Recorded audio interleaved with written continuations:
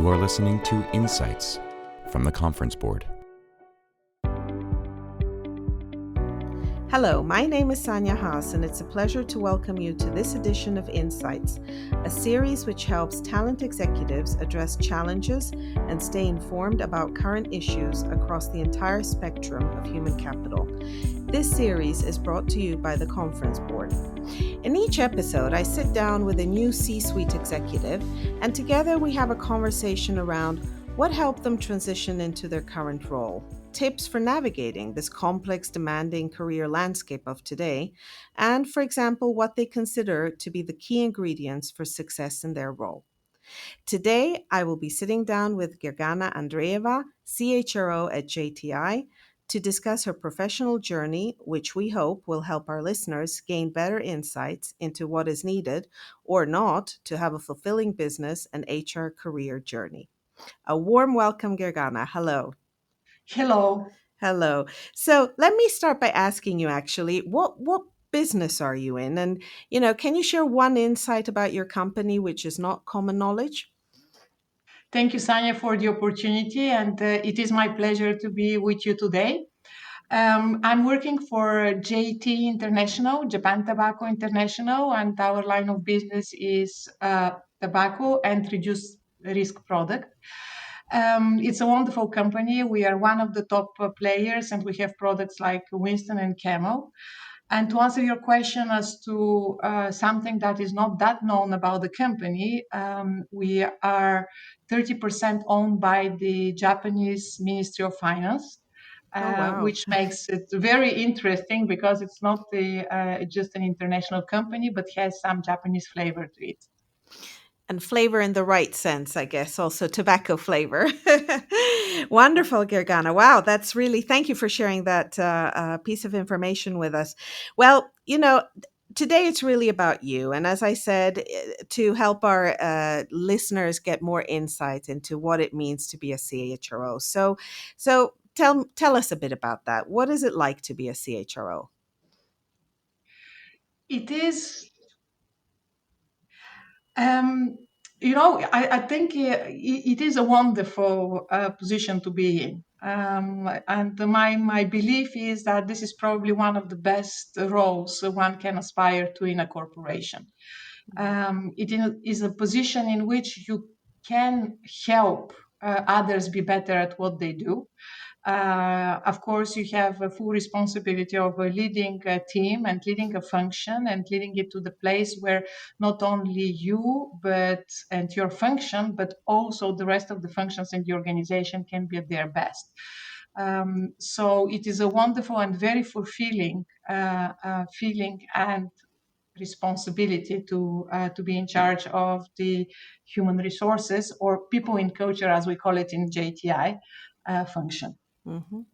Nice. That's great to hear. And I know that it's relatively recent that you've become a CHRO. So when I ask you what were your first 100 days like, I hope you can give us some insight into that. It's a discovery. The Yeah. first 100 days are discovery, and I think listening and talking with people from different fields to understand their need, to understand their expectation. It's a very important part of onboarding on any new job, and very much so for the leader of HR. I think there are two elements. One is your own team, because as a leader of an organization, you need to understand your own organization, and you need to be able to lead and guide and take insights from within. But equally, we are here to serve the business. So understanding business needs and understanding business leaders and help them be better at what they are doing. It's an important part. So listening, the first 100 days were about listening and understanding what are the needs to form a proper strategy and vision for the future. Mm. Well, you and I met when you were also working with the business, when you were a very senior HRBP.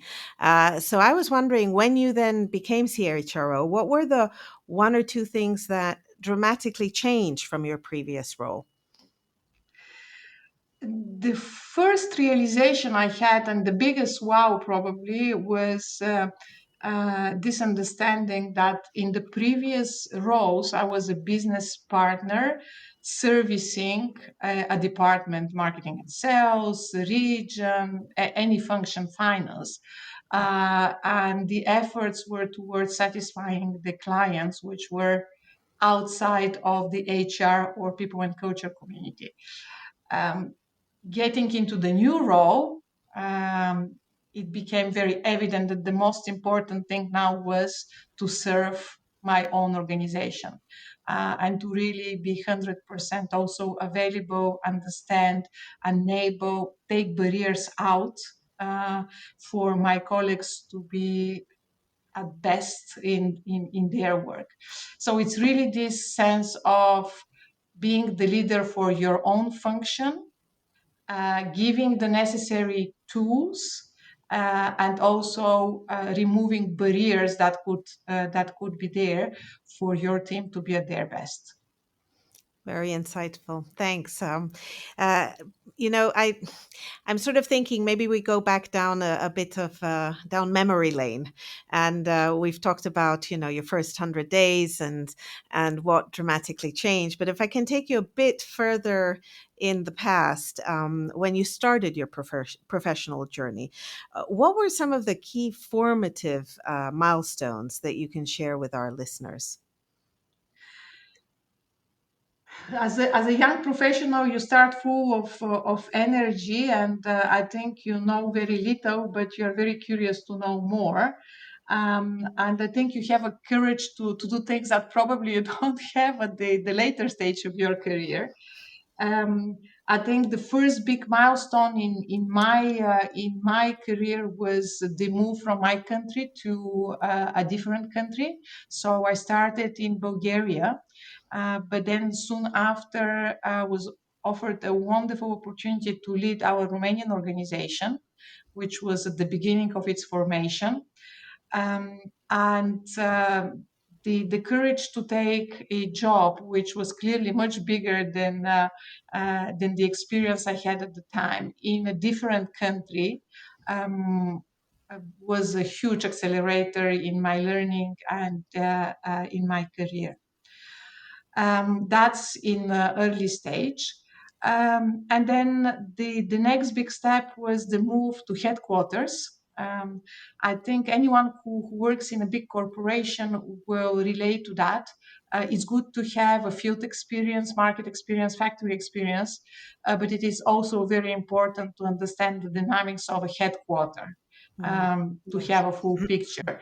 So probably the second milestone for me was the move to our HQ in Geneva. And the third big milestone was leading the PNC function within a region. Um, Mm, I was given the opportunity to lead the Eastern Europe at the time CIS, and being very close to the business and part of the strategic team that decides and gives the direction and support to markets as to how to grow business and people was the third big milestone. mm. Well, I wrote down here a word for myself as you were speaking: courage, courageous courage. So that's sort of the glue of what you told me now about the different milestones. Maybe on top of milestones, was there somebody or a couple of individuals or anybody or anything that inspired and supported you in your professional journey in the past, recent, past, present? Anything you can tell me about your support group? So important to have a support group, and so important also to recognize that regardless where you are in your career or life, you do need to connect with people that encourage you, but also make you see the things from a different perspective.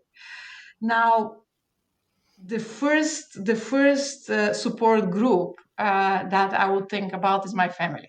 Mm, Um, they were there understanding, supporting me when I traveled and I was absent for weeks, and both my child, but she was very young at the time. It was more my husband who was taking on a lot of the family responsibilities for growing up our child. They've been wonderful, including also parents who were coming and helping when I was not around. And I was fortunate enough to do have this support at home. At work, I did have some very inspirational leaders along the way. Not only that they've been inspirational, they've been extremely helpful in sharing their knowledge, sharing their experience, providing feedback, supporting when the support needed, and challenging when the challenge was needed. So in the company, I have to say that there were a number of leaders internally who were a pure inspiration. And the third group is actually whole employees.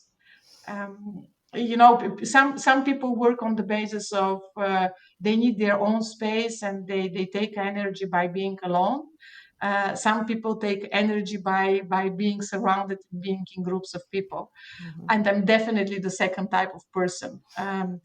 So being around as many as possible people, listening to their input, to their rational thinking, but also to their emotional thinking on how things are perceived, how things are received by the third party. And when I think, I'm talking about management passing on the messages, but how they are received, and also sharing their enthusiasm, energy, is crucial. So for me, those are the three support groups: the family, the inspiring leaders that I was fortunate enough to work with and for, and the organization as a whole.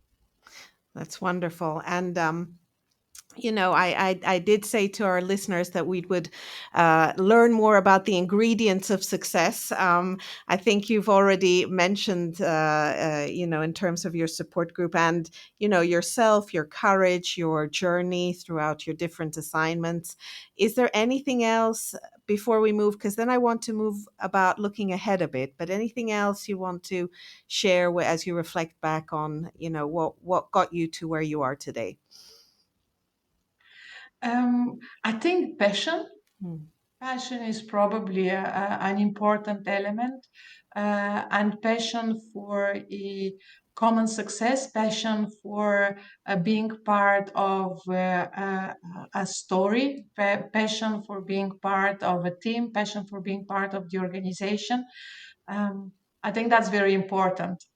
Life is too short to do a job that doesn't give you satisfaction.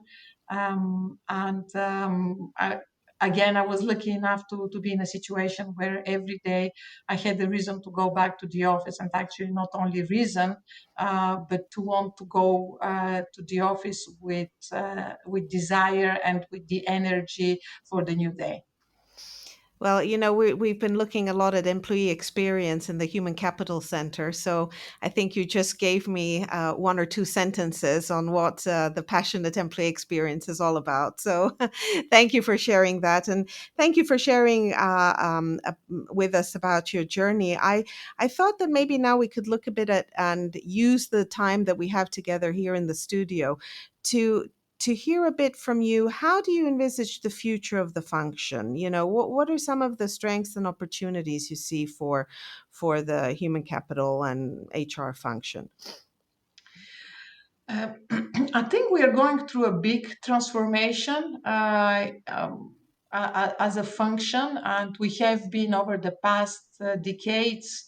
Um, HR, human resources, started from a very administrative place to grow to human resources.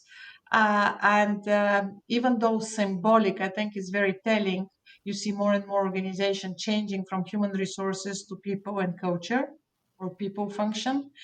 And this is what is happening with us in our organization, but I think it's safe to say that we observe that in many organizations, this need and realization that we need to move towards putting the individual, the human, in the center of our conversation.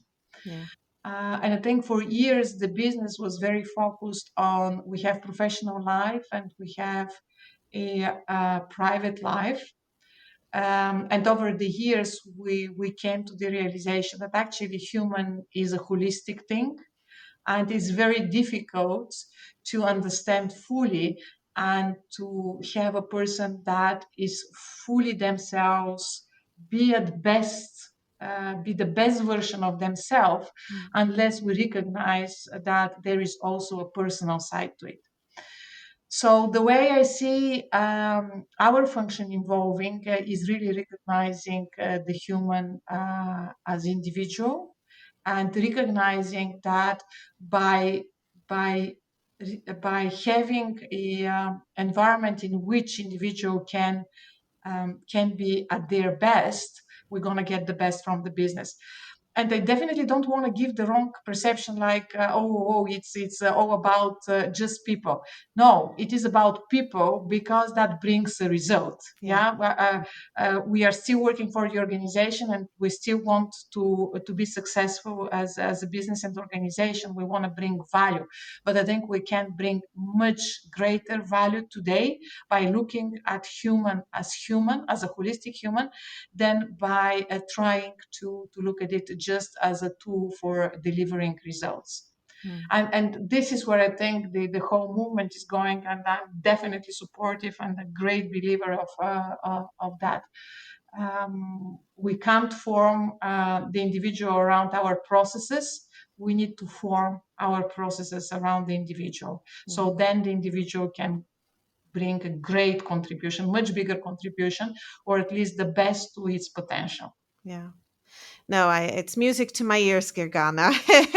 I'm not going to at all contradict anything you said.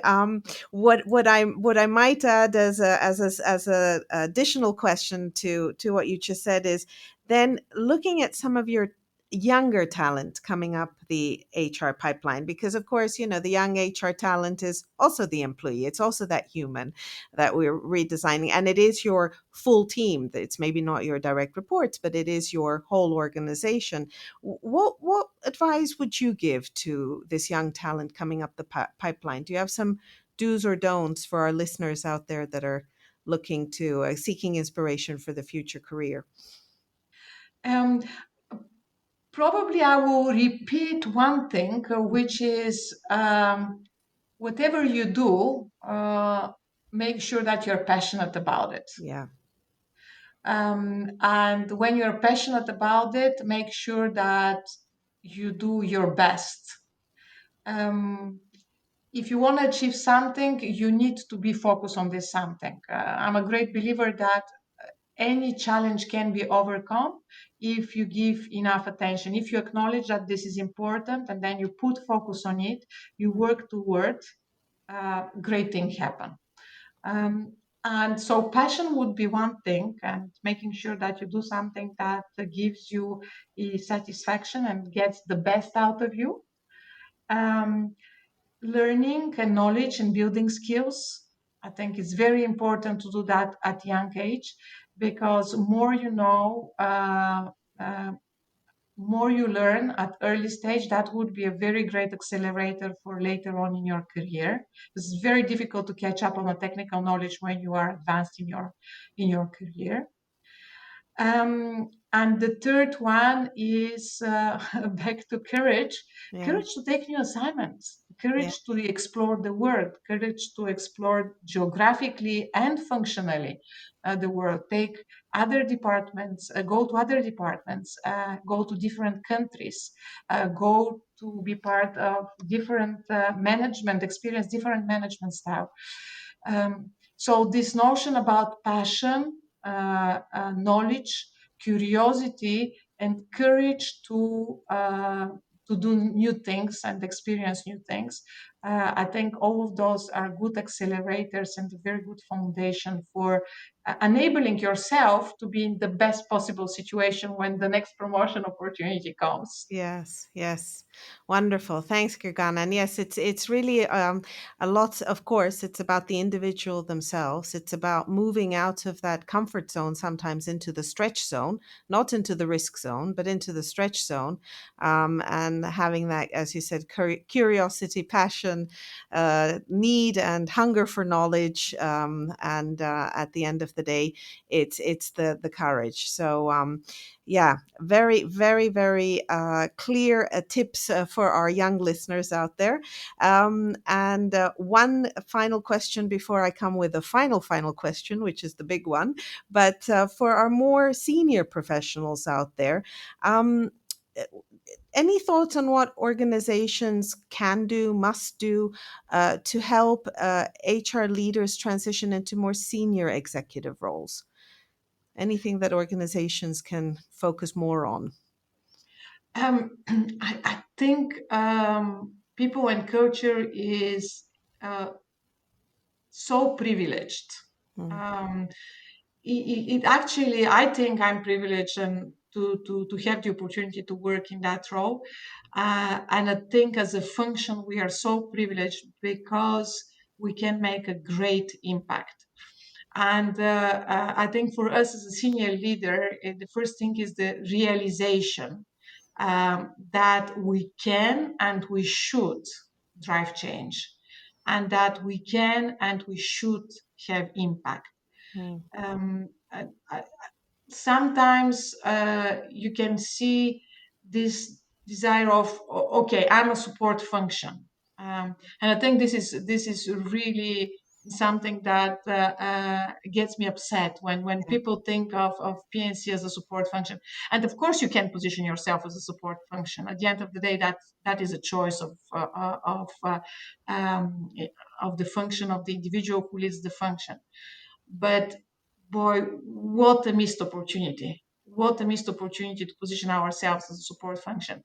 The impact that we can have in terms of bringing difficult questions, challenging our leaders, helping them ask the difficult questions within their organization, not settling because there is a difficult leader and we don't dare to face with the Mm, difficult question, but actually having the courage and trying to help. And I think that the key here is actually trying to help.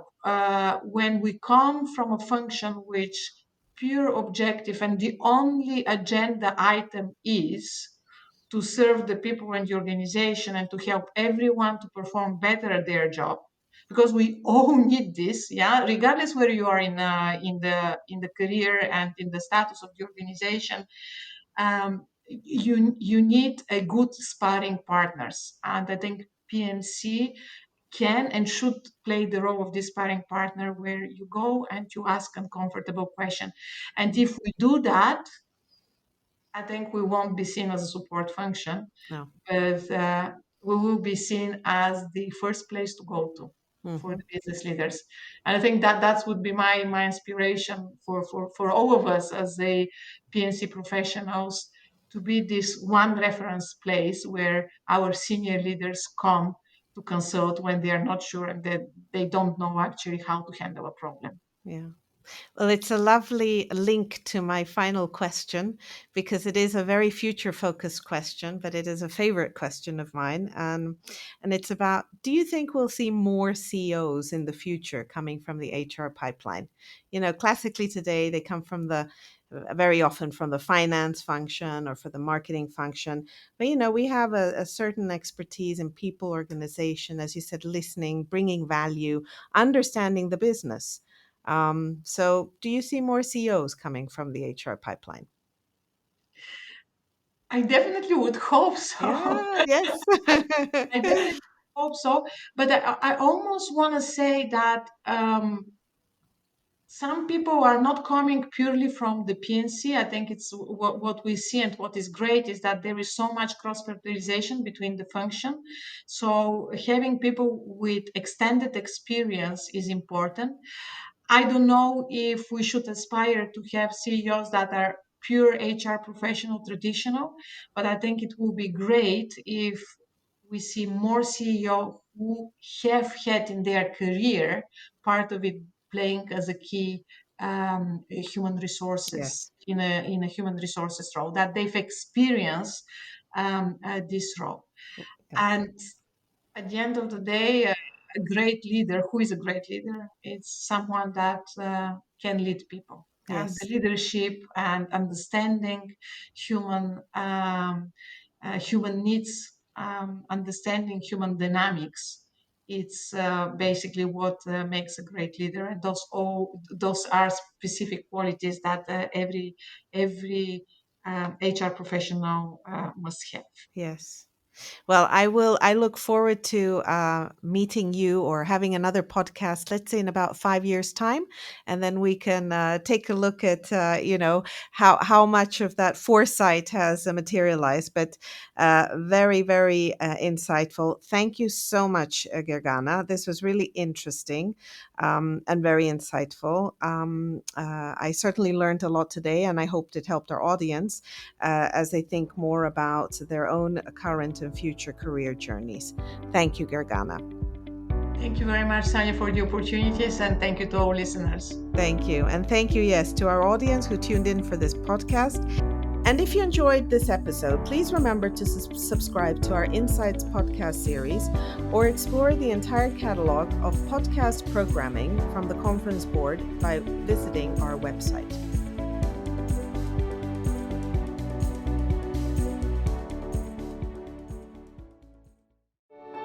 This has been Insights from the Conference Board.